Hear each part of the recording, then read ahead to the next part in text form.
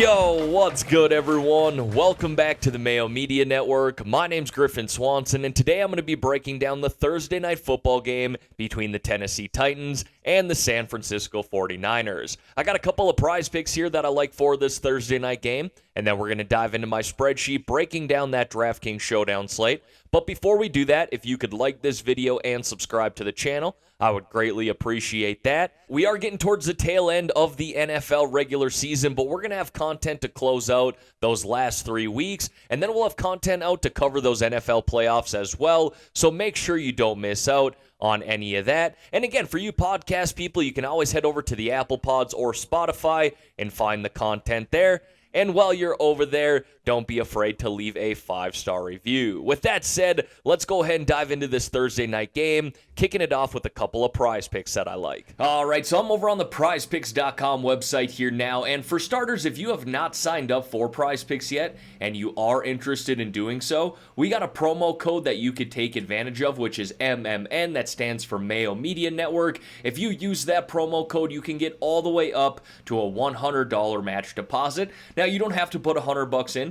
You want to put in 50, they'll match 50. You want to put in 20, they'll match 20. As long as you're using that promo code, again, MMN, you can get all the way up to a $100 match deposit, so make sure you take advantage of that. With that being said, there are two picks that I like here for this Thursday night game, and the first is going to be a passing yard prop. I like the over on Ryan Tannehill at 199.5. I just think that number's a bit too low, and I understand he has not hit the over at that number in 3 straight games, but he also didn't have A.J. Brown in any of those 3 games either, and it does sound like A.J. Brown is ready to roll here for Thursday night. In the 10 games that A.J. Brown has played this year, Tannehill has hit the over at that number in 7 of those games. In 2 of the games where he didn't hit the over, he finished with 197 passing yards. 1 more completion in each of those games, he likely hits the over as well. So technically, he's hitting at a 70% hit rate at this number while playing with A.J. Brown this year, but just a couple of completions away in those other 2 games, he's likely sitting at a 90% hit rate. He's averaging 231 passing yards per game while playing at home this year, and looking at a couple of projection sites, and actually both got him right at 226 passing yards, well above this number at 199.5. So like I said, I think this number's just a bit too low, especially with A.J. Brown back and the Titans playing at home, so I'm going to go ahead and take the over at this number. And then the pick that I like on the 49ers side of things here is going to be a receiving yards prop. This Tennessee Titans secondary has really struggled all year long, and when I first started building my spreadsheet for this DraftKings Showdown that we're going to touch on here in just a minute, PrizePicks only had 2 receiving props out for the 49ers. That was for Kittle and Ayuk. So originally I took the over on Kittle at 66.5. I'll talk about more as to why once we dive into that spreadsheet, but then I started recording and they put this prop out here for Deebo Samuel at 40.5 receiving yards. That's far too low, right? I mean, this guy's hit the over at this number in 10 of 13 games this year, and the number's lower than Brandon Ayuk. I have no good explanation as to why that is. So I'm going to take the over on that as well. Looking at a couple of projection sites here, they got him at 60 and 65 receiving yards, well above this current number. I mean, maybe it's because he's being used more in the rushing game as of late. But outside of that, I mean, he's still wide receiver number 1 in this offense, 40.5 receiving yards against one of the worst secondaries in the league.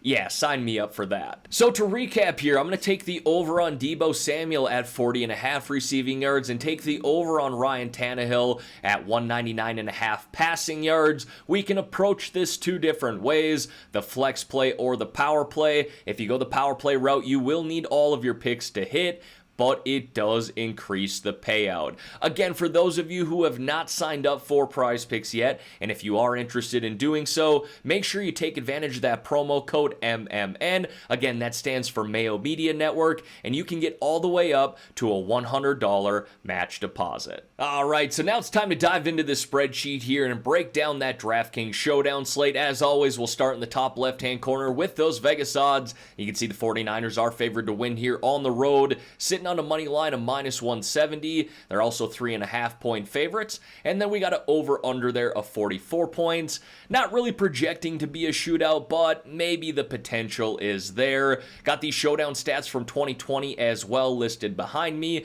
in regards to the top 1% of showdown lineups from last NFL season. So let's pop on over to this other sheet here. Got 6 different stats to go through, and I'm going to go through these pretty quickly. Number 1, 92% of all showdown lineups rostered at least one quarterback last year, and of the top 1% of lineups, 96% had a quarterback rostered as well. Number 2, 33% of all lineups rostered a wide receiver at captain. Of the top 1% of lineups, 31.5% had a wide receiver in the captain spot as well. Number 3, 57% of the top 1% of lineups rostered a captain from the team favored to win. So in this example here from the 49ers side of things. Number 4, running back, an opposing quarterback, wide receiver, or tight end was included in 88.9% of winning lineups that rostered a quarterback, wide receiver, or tight end from the other team at captain. Number 5, ignore defense and kickers in the captain spot. Very rarely does that work. Only 1.1% of the time last year in the top 1% of lineups.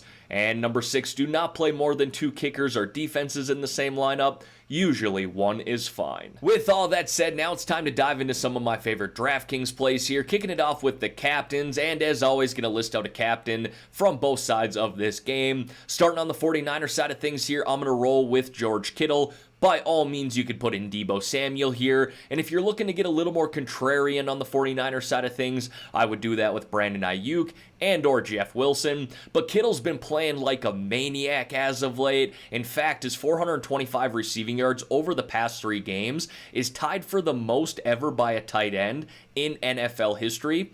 During that 3-game stretch, he's also racked up 33 targets, 28 receptions, and 3 touchdowns. That is translated to 15.3, 37.1, and 42.6 DraftKings points. This dude is just dominating right now, and I'm going to ride that out while he's hot. And then on the Titans side of things here, I like A.J. Brown in the captain spot. Obviously name dropped him a little bit when we were talking about the PrizePicks segment of this video, and he is returning from injury in this game, but sounds like he's ready to roll here, been practicing all week long, and he's going to be the best offensive playmaker that the Titans have on Thursday night. However, we did just get word literally 15 minutes ago. It sounds like Julio Jones is going to play on Thursday as well.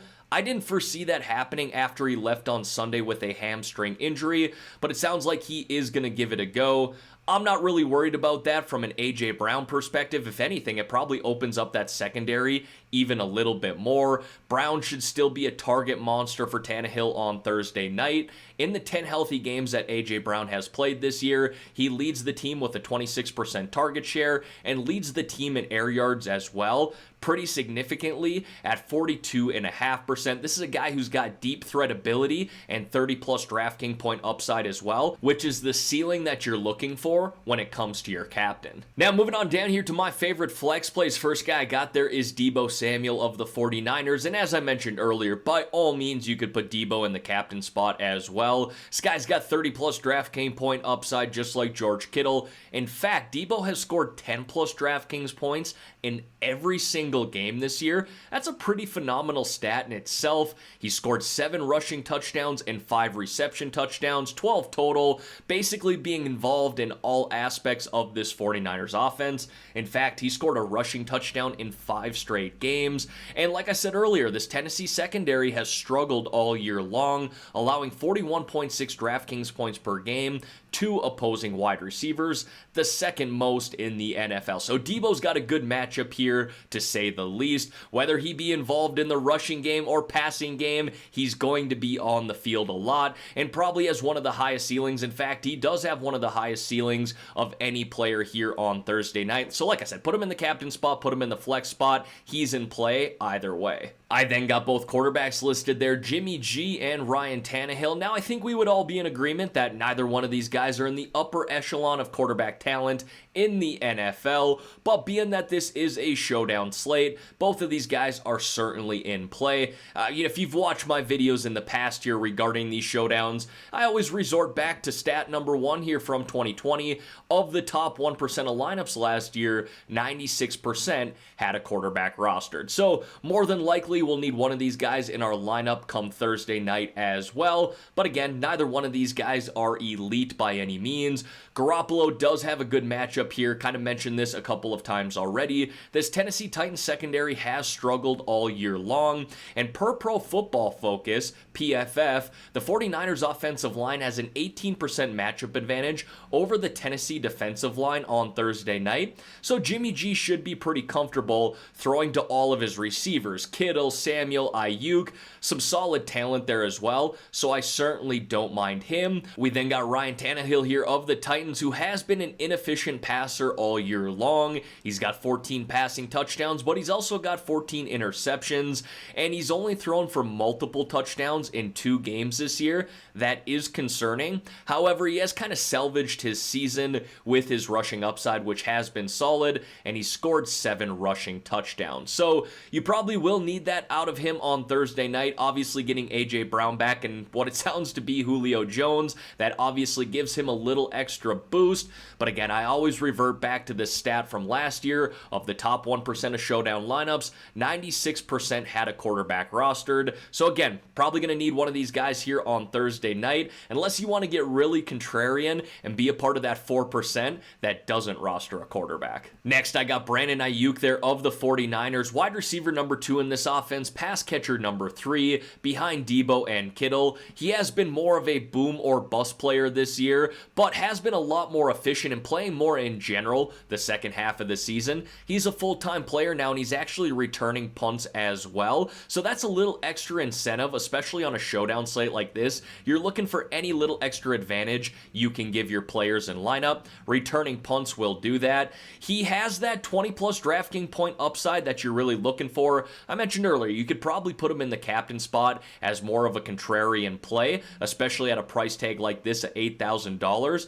With a great matchup against this Tennessee Titans secondary, who has allowed the second most DraftKings points per game to opposing wide receivers. So like I said, more of a boom or bust play, but he certainly has been a lot more efficient and playing more in general the second half of this season. We then got D'Onta Foreman, running back of the Tennessee Titans, and this running back situation has been a little bit questionable, shall we say, over the past few weeks as to who really is RB number 1 for the Tennessee Titans. Obviously, Derrick Henry has been out for weeks now, and they've kind of just rotated running backs ever since then.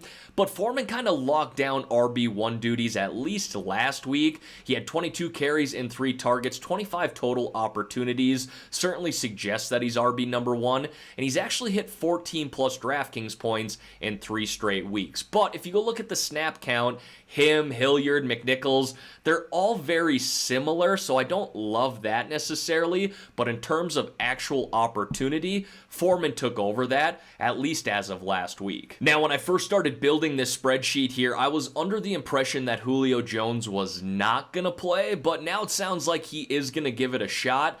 Either way, I'm probably not going to have a lot of exposure to Julio in general. Is the talent still there? Yes, absolutely, but I hate to say it like this because he's one of the greats, but this dude's been paper mache all year long. Every time he steps on the field, it seems like he gets hurt. So I probably will stay away from Julio. If you go that route, I can't blame you. Like I said, the talent is still there. I don't mind going with Nick Westbrook here. Was running routes as wide receiver number 2 last week and has seen 6+ targets in 3 of his past 4 games. Not bad for a guy priced at $5,400. Obviously, this situation for the wide receivers for the Titans has been sketchy all year long. A.J. Brown's been in and out. Julio's been in and out. Westbrook's been one guy that they can count on game in and game out without getting injured, so that's another positive as well. Like I said, I probably prefer him over Julio, but you could go either way. I then got 49ers running back there, Jeff Wilson Jr., and you see the notes off to the right-hand side I put, assuming that Elijah Mitchell is out, Wilson will continue to be RB number 1 for the 49ers on Thursday night. As I'm recording here right now, we just got word that Elijah Mitchell will be out on Thursday night, making Wilson RB number 1 in this offense. Now, this is a tough matchup here against the Tennessee Titans run defense, who has been one of the top rush defenses in the league all year long. Again, their secondary has been abysmal, which is part of the reason I like the passing attack for the 49ers on Thursday, but it's really hard to ignore this price tag here of $5,200 for a guy who's going to see an RB1 workload or at least get double-digit rushing attempts in one of the most efficient rushing offenses in the NFL. So yes, it is a tough matchup. I think we're all aware of that, but $5,200 for a guy who will see double-digit rushing attempts, I don't mind that at all. Now, this next play here is certainly going to be a contrarian play in Juwan Jennings. I can't believe he's $5,000, to be honest. That's too expensive for a guy who's only playing about 45% of the offensive snaps.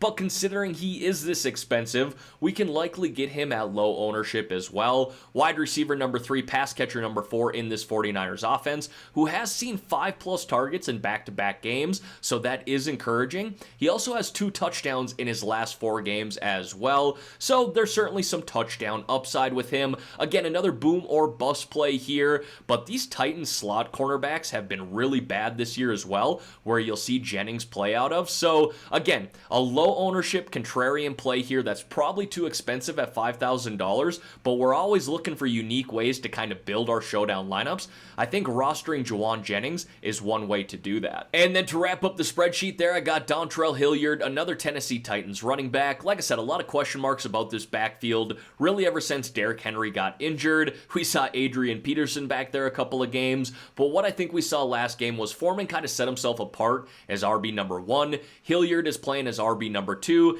making McNichols RB number 3, and I thought Hilliard was just a bit too cheap, even as RB number 2, considering the volume he's seen as of late. Playing about 35% of the offensive snaps, not great by any means, but he is averaging about 8.5 rush attempts per game and close to 5 targets per game, albeit he did have one game 4 games ago where he saw 10 targets, kind of an outlier. This is still a guy who's going to be involved in the passing game come Thursday night. So this is what he's hit in the past 4 games: 1.3, 9.9, 16.2, and 22.3 DraftKings points.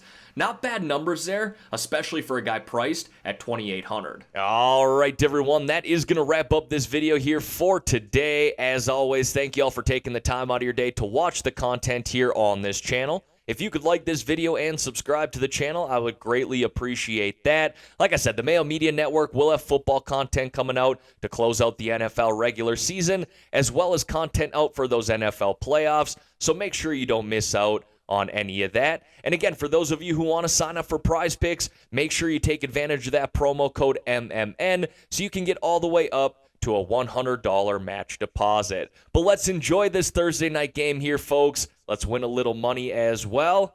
I'm out of here.